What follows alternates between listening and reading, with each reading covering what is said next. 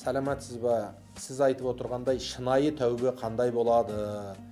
Немесе күнәңнің кешірілгенін қалай білуге болады дейді.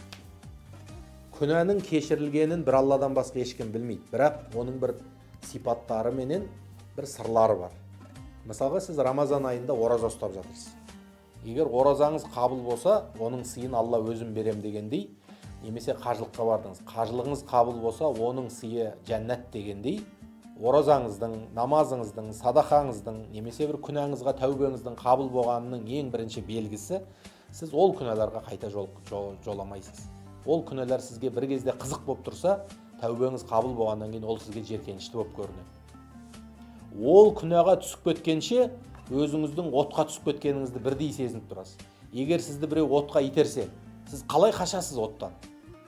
Тура солай, қайсы бір адам сізді күнәға итермелесе, сіз оттан қашқандай әлгі күнәдан қашсаңыз, міне тәубесі қабыл болған адамның сипаты сол.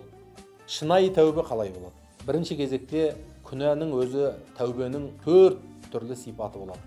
Бірінші, Алладан кешірім сұрау. Астағфирулла, сөйтіп қойғаным-ай деп кешірім сұрау.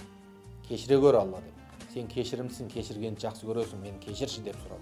Өйткені пайғамбарымыздың бізге үйретіп кеткен ең көркем дұғалары, әсіресе Рамазан айында көп айтатын дұғамыз не?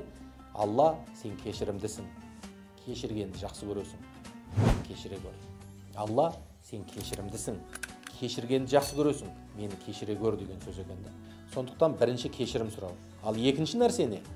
Екінші өкіну. Міне, кешіріп сұрап, бірақ өкінбесеңіз тәубеңіз толық болмайды. Шын өкіну керек. Құдай-ай, сол неге бардым сол күнәға? Қалай бардым?